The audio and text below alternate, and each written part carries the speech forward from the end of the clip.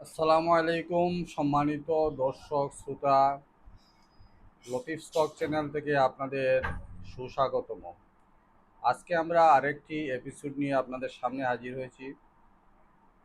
আপনারা লক্ষ্য করেছেন আমরা আপনাদের সাথে দেশের উন্নয়ন নিয়ে কথা বলি, উন্নয়ন সমস্যাগুলো নিয়ে কথা বলি এবং একটা কার্যকর সমাধান দেওয়ার জন্য আমরা সচেষ্ট থাকি। আমাদের দেশে স্বাধীনতার ৫৬ বছর পরেও আমাদের অর্থনৈতিক অবস্থার ক্ষেত্রে কোনো ইতিবাচক রেসপন্স যে এসেছে এইটা বলা যাবে না। অর্থনীতি বেঁচে আছে ফরেন রিমিটেন্সের জন্য, বেঁচে আছে গার্মেন্টস ওয়ার্কারদের জন্য, কিন্তু এগুলো কোনোটাই ভায়াবল না। ফরেন রিমিটেন্স আসছে মিডল ইস্টের দেশগুলো থেকে, কারণ হচ্ছে ওসব দেশে লোকজন তাদের ফ্যামিলিকে ট্রান্সফার করতে পারছে না, ফ্যামিলি থেকে গেছে বাংলাদেশে, সুতরাং ফরেন রিমিটেন্স পাঠাতে হচ্ছে।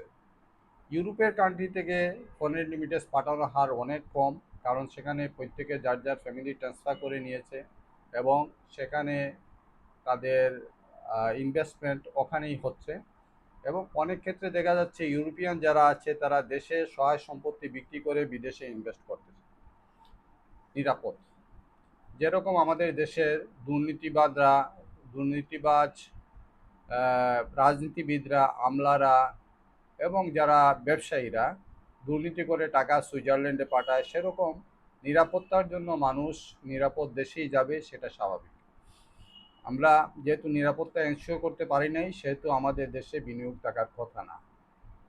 সভ্যতার যদি আমরা পরিক্রমাগুলা স্টাডি করি তাহলে দেখা যায় একসময় ব্রিটেন ছিল সারা বিশ্বের সাম্রাজ্য, বিশ্বজুড়ে তার সাম্রাজ্য ছিল। এর মূল কারণ ছিল, এটা শুরু হয়েছিল ব্যাংক অফ ইংল্যান্ড থেকে। ব্যাংক অফ ইংল্যান্ড ছিল মানুষের অর্থের নিরাপত্তার আশ্রয়স্থল।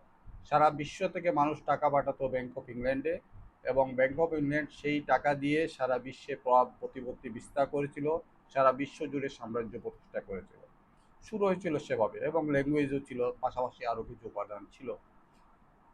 তারপর federal reserve bank of India, federal reserve system of America সেই স্থান দখল করলো, এবং সেই স্থান দখল করে তারা সারা বিশ্ব জুড়ে তাদের আধিপত্য বিস্তার করলো।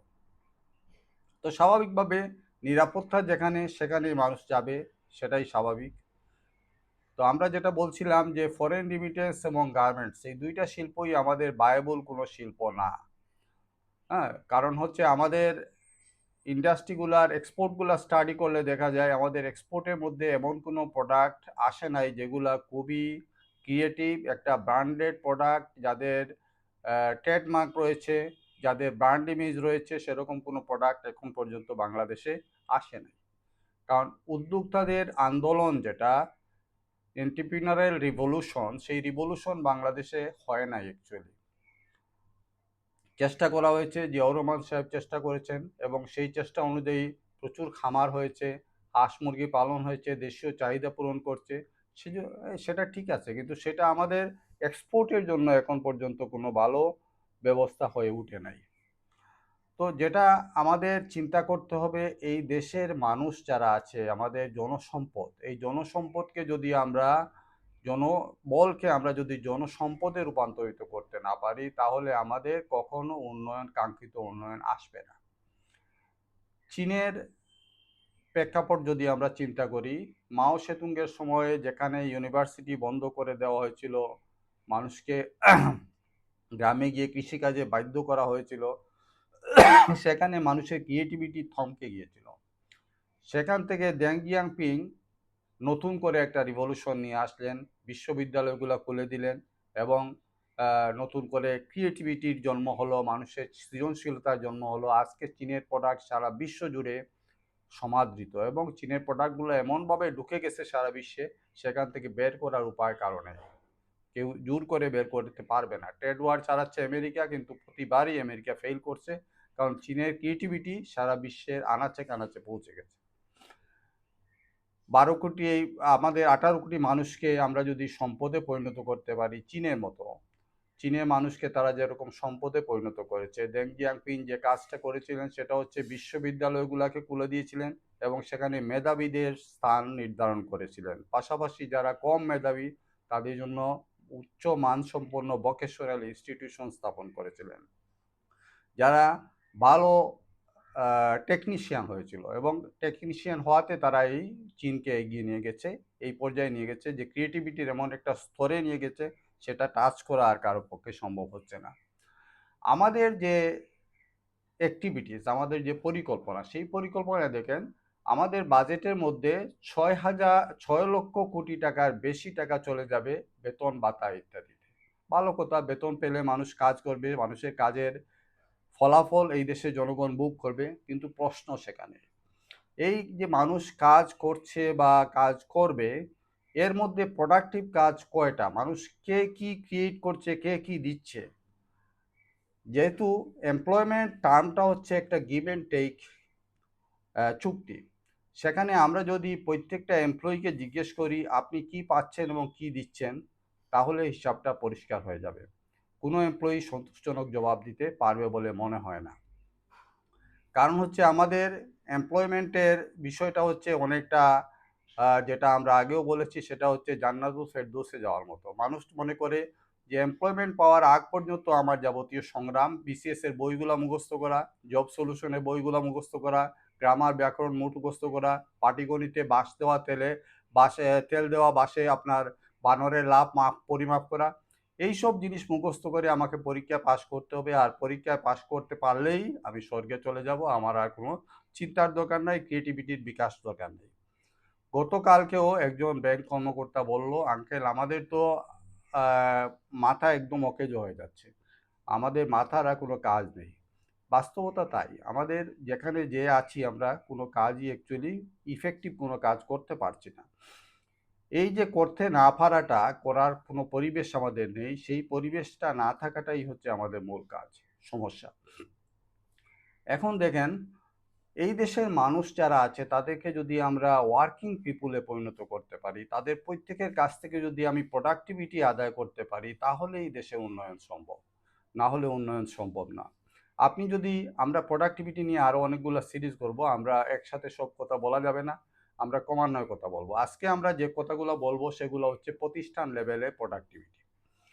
আমাদের যেসব প্রতিষ্ঠান রয়েছে, সরকার যেসব প্রতিষ্ঠানে বেতন ভাতা দিচ্ছে, এই যে 6 লক্ষ কোটি টাকার বাজেট যাচ্ছে যাদের বেতন ভাতার পিছনে, সেই বেতন ভাতা যারা পাচ্ছে সেই সব প্রতিষ্ঠানের হিসাবটা একবার করে দেখেন। মনে করেন বিটিভির পিছনে কত টাকার বাজেট আমরা দিচ্ছি, বিশাল একটা অঙ্ক। সেই বাজেটের থেকে বিটিভি থেকে জনগণের বেনিফিটটা কোথায়? 1 নম্বর প্রশ্ন। বিটিভি থেকে মানুষ কি কোনো বেনিফিট পাচ্ছে? বিটিভি কোনো ইমপ্যাক্ট করতে পারছে সমাজে? সেরকম রেডিও বাংলাদেশ কোনো ইমপ্যাক্ট করতে পারছে? হ্যাঁ, এক সময় ছিল রেডিও এলাকার নিউজগুলোকে কভারেজ করা, তারপর হচ্ছে ক্রিয়েটিভিটি তৈরি করা, ক্রিয়েটিভিটিকে চেরিশ করা, সেই সব বিষয় ছিল। যে এলাকার একজন শিল্পী, সে প্রথমে গান গাইলো রেডিওতে, তারপর আস্তে আস্তে টিভিতে গেল, সেই সিস্টেম ছিল। এখন তো সেই সিস্টেম নাই, এখন মানুষ সোশ্যাল মিডিয়ায় গান গেয়ে পপুলার হচ্ছে। সুতরাং এখনকার প্রেক্ষাপটে বিটিভি, রেডিও, এদের পিছনে যে পরিমাণ টাকা খরচ করা হচ্ছে, সেই টাকার কি কোনো জাস্টিফিকেশন আছে? যদি জাস্টিফিকেশন না থাকে তাহলে এইসব জিনিস আমাদের সংসদ অধিবেশনে আসে না কেন? সংসদ সদস্যরা তো দেখছেন এগুলা, চোখের সামনে এইসব প্রতিষ্ঠান, বিশাল প্রতিষ্ঠান, এই লোকগুলাকে তো আপনি আপনার প্রতিষ্ঠানে রেখে শেষ করে দিচ্ছেন।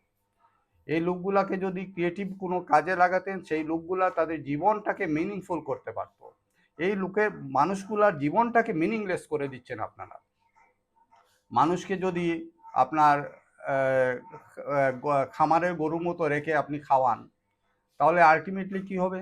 আলটিমেটলি মানুষের তার ক্রিয়েটিভিটি ইউজ করবে না, মাথাটা ইনট্যাক্ট থেকে যাবে। এবং বলা হয় যুগ করে বাংলাদেশের মানুষ যারা মৃত্যুবরণের করার পরে তাদের মাথা নাকি বেশি দামে বিক্রি হবে, কারণ হচ্ছে এই মাথাটা ব্যবহার করা হয় নাই, ইনট্যাক্ট মাথা।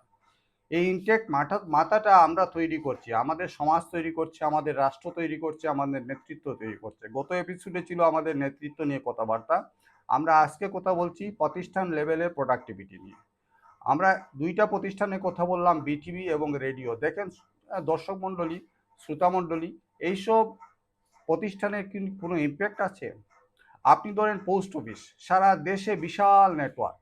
এই পোস্ট অফিসকে আপনি একটা কুরিয়ার সার্ভিসের যদি প্রোডাক্ট ডেলিভারিতে কাজে লাগাতেন, সারা দেশের মানুষ সহজেই তার প্রোডাক্টটা পেত, মার্কেটিং ডেভেলপ হতো, প্রচুর ডেভেলপ হতো।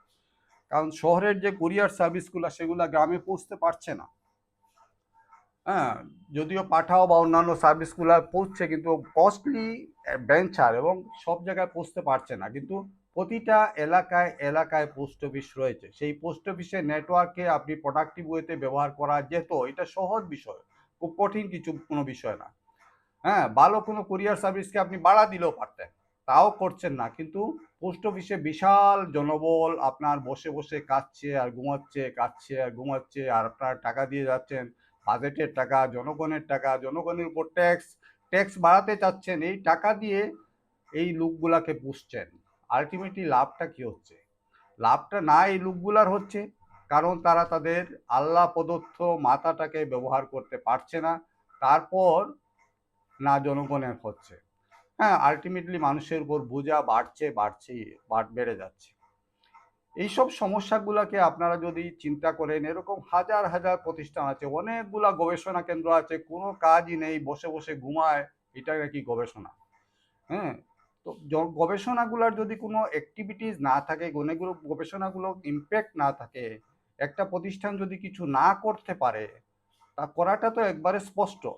একটা গবেষণা প্রতিষ্ঠান সে যদি কোনো কিছুই তৈরি করতে না পারে, তাহলে তার জাস্টিফিকেশনটা কোথায়? এটা খুব সহজেই তো কন্ট্রোল করা যায়। আমি জ্যাক টাউটের কথা উল্লেখ করব। জ্যাক টাউট ছিলেন আপনার জেনারেল ইলেকট্রিকের সিইও। এটা প্রায় 20 বছর ব্যাপী, 20 বছরের অধিক সময় উনি ছিলেন। 2001 বা 2 সালে রিটায়ার করেছেন। জ্যাক টাউট জেনারেল ইলেকট্রিকের মতো বিশাল লোকসানকারী প্রতিষ্ঠানকে অতি কম সময়ের মধ্যে, অল্প সময়ের মধ্যে লাভজনক প্রতিষ্ঠানে পরিণত করেছিলেন এবং বিকশিত করেছিলেন। একটা মাত্র তার স্লোগান ছিল, হয় 1 নম্বর হবে, না হলে রানার্স আপ হবে। হয় চ্যাম্পিয়ন, না হয় রানার্স আপ, না হয় বেনিশ। আমাদের যদি নেতৃত্ব থেকে এই নির্দেশনা দেওয়া হয় যে প্রতিষ্ঠানগুলোকে হয় চ্যাম্পিয়ন হতে হবে, না হয় রানার্স আপ হতে হবে, না হলে বেনিশ হতে হবে, তাহলে অটোমেটিক্যালি মানুষ কাজে লেগে যাবে। এবং আপনারা যদি মনে করেন মানুষের উপর বোঝা না, যখনই এই নির্দেশনা দিবেন মানুষ তার ক্রিয়েটিভিটিকে ইউজ করবে। তখন মানুষ নজরুলের মতো গাইবে, আজ সৃষ্টি সুখের উল্লাসে মোর চুক হাসে, মোর বুক হাসে, মোর ঠকব গিয়ে খুন হাসে, আজ সৃষ্টি সুখের উল্লাসে। প্রত্যেকটা মানুষ সৃষ্টি সুখের উল্লাসে উদ্বেলিত হবে, আনন্দিত হবে, উৎফুল্ল হবে। মানুষ ক্রিয়েটিভিটিলি আনন্দ, হোপফুলি মানুষ সৃষ্টি সুখের উল্লাস করতে থাকবে। এই লিডারশিপটা এইভাবে আসতে হবে। আমাদের জাতীয় সংসদ এইসব জিনিসকে বা চিহ্নিত করতে হবে, এইসব জিনিসকে স্পষ্ট করে বলতে হবে, বলাটা দরকার। আসলে সমস্যাটা হচ্ছে আমাদের রাজনীতিবিদরা রাজনীতির স্বার্থে এইসবের বিরুদ্ধে কথা বলেন না, এই হচ্ছে বড় সমস্যা। কিন্তু আসলে এটা কিন্তু কারো বিরুদ্ধে যাচ্ছে না। যে এমপ্লয়িটাকে হায়ার অ্যান্ড ফায়ার পলিসিতে বলা হয়, যে এমপ্লয়িটা ফিট হচ্ছে না আপনি তাকে কালকেই ফায়ার করেন। কালকেই ফায়ার করলে সে তার উপযুক্ত ফিল্ড বেছে নেবে, এই ফিল্ডে সে মানানসই না। এবং অনেকগুলা কেস স্টাডিতে দেখা গেছে যেসব এমপ্লয়িকে ফায়ার করা হয়েছে সেই সব এমপ্লয়ি পরে সুইটেবল জবে গেছে, আনন্দের সাথে কাজ করছে এবং আগের এমপ্লয়ারকে থ্যাঙ্কস দিচ্ছে যে আপনারা ফায়ার করাতে আমি এই পজিশনে চলে আসলাম। তো আপনি যদি একজন দুর্বল এমপ্লয়ি যে কাজ করতে চাচ্ছে না, কাজ করতে পারছে না, তাকে দিনের পর দিন রেখে দেন, দিনের পর দিন চেরিশ করেন, দিনের পর দিন খাওয়ান, খোয়ারের ইয়ের মতো, গরুর মতো, খামারের গরুর মতো খাইয়ে যান, এবং ফ্রুটলেস কোনো, খামারের গরু তো মাংস বিক্রি করেও টাকা পাওয়া যায়, কিন্তু এইসব লোকগুলার মাংস বিক্রি করেও টাকা পাওয়া যাবে না। এগুলাকে শুধু খাইয়েই যাবেন, এদের মাথাকে নষ্ট করবেন, বেনিশ করবেন, সার জাতিকে শেষ করে দেবেন। পুরা জাতিকে আপনি প্রোডাক্টিভ যদি করতে হয়, তাহলে জ্যাকড আউটের এই পলিসিতে আসতে হবে। যদি শিক্ষা প্রতিষ্ঠানগুলোকে প্রোডাক্টিভ করতে হবে, বলতে হবে, হয় আপনারা র্যাঙ্কিংয়ে আসেন অথবা বেনিশ হয়ে যান। আপনার জেলা প্রশাসন বা ইউনিয়ন পরিষদ বা যে কোনো প্রশাসনকে আপনি প্রোডাক্টিভ করতে পারেন। আপনি র্যাঙ্কিং শুরু করেন, প্রফেসর ইউনুস স্যার বলেছিল কিন্তু করতে পারে নাই। র্যাঙ্কিং শুরু করেন যে কোন ডিস্ট্রিক্টে সবচেয়ে বেশি ক্রাইম হয়েছে, হ্যাঁ, তাকে লাস্ট নাম্বারে রাখেন। এরপরে তার চেয়ে কম ক্রাইম কোনটাতে হয়েছে তাকে পরের নাম্বারে, এবং বলেন যে তুমি তোমার র্যাঙ্কিংটাও ইমপ্রুভ করতে হবে, ইমপ্রুভ না করলে তোমার বেতন ভাতা সব বন্ধ। এটা বলার পর অটোমেটিক্যালি মানুষ কাজ করবে। বিশ্ববিদ্যালয়গুলোকে যদি বলেন আজকে তোমার র্যাঙ্কিং ৭,৫০০, তোমাকে ২,০০০ ক্রস করে ৫,০০০-এর মধ্যে আসতে হবে আগামী বছরের মধ্যে, তাহলে সবাই লেখাপড়া করে শুরু করবে, সবাই রিসার্চ ওয়ার্ক শুরু করবে, বিশ্ববিদ্যালয়ের র্যাঙ্কিংকে ইমপ্রুভ করবে, এবং আলটিমেটলি রেজাল্টটা ভালো হবে। হ্যাঁ, প্রত্যেকটা প্রতিষ্ঠানে, স্কুল কলেজে প্রত্যেকটা প্রতিষ্ঠানে এরকম র্যাঙ্কিং চালু করে আপনি এই দিকে প্রোডাক্টিভ করতে পারেন। হ্যাঁ, এবং স্লোগানটা হবে either champion or runners up or vanish. এই স্লোগানের ভিত্তিতে আপনি পুরা দেশটাকে, পুরা দেশের সবগুলো প্রতিষ্ঠানকে প্রোডাক্টিভ করতে পারেন। এই স্লোগান আমাদের স্লোগান হোক, এই স্লোগান পুরো জাতির স্লোগান হোক, এই স্লোগান একটা দেশ গড়ার স্লোগান হোক, আজকে এত বৎসর পরে আমরা যে পিছিয়ে আছি সেই পিছিয়ে পড়া থেকে এগিয়ে যাওয়ার স্লোগান হোক, সেই প্রত্যাশা রেখে আজকের এপিসোড এখানে শেষ করছি। আমাদের কথা যদি আপনাদের পছন্দ হয়, লাইক দেবেন, কমেন্ট করবেন এবং শেয়ার করবেন। সবাইকে ধন্যবাদ। আসসালামু আলাইকুম রহমতুল্লাহি ওয়া বারাকাতুহু।